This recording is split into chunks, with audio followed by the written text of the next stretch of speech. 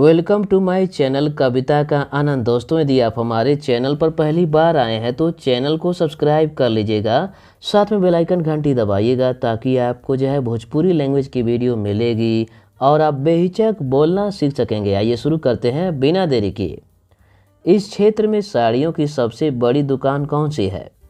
हे क्षेत्रवा में साड़ी के सबसे बड़हन दुकान कौन बा या हवे? इस क्षेत्र में हे क्षेत्रवा में साड़ी के सबसे बड़ी मतलब बढ़हन, दुकान को बोलते हैं दुकान। कौन सी है? कौन बा या कौन हवे? इसको इस प्रकार बोलेंगे, हे क्षेत्रवा में साड़ी के सबसे बढ़हन दुकान कौन हवे। या इसको ऐसे भी बोल सकते हैं, हे क्षेत्रवा में साड़ी के सबसे बढ़हन दुकान कौन हवे या कौन बा। हमारी सभी साड़ियाँ 5.5 मीटर लंबी है। हमारा सगरो या सजी सड़िया 5.5 मीटर लम्बा बा।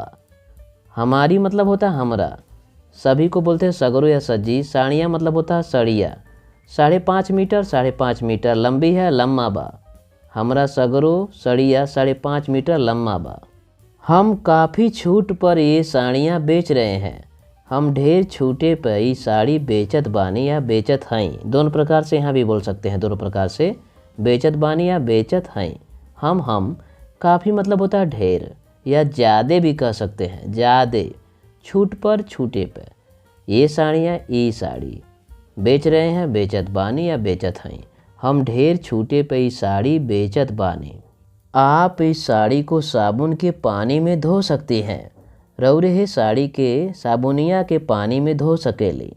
आप मतलब रौरे इस साड़ी को है साड़ी के साबुन के पानी में, साबुनिया के पानी में धो सकती हैं, धो सकेली।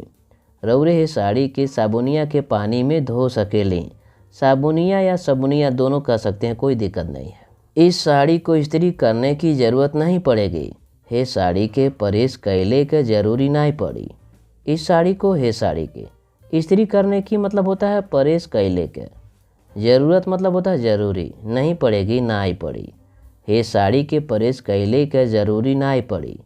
इस वीडियो को अपने दोस्तों में खूब ज़्यादा शेयर करें। इस वीडियो को लाइक करें।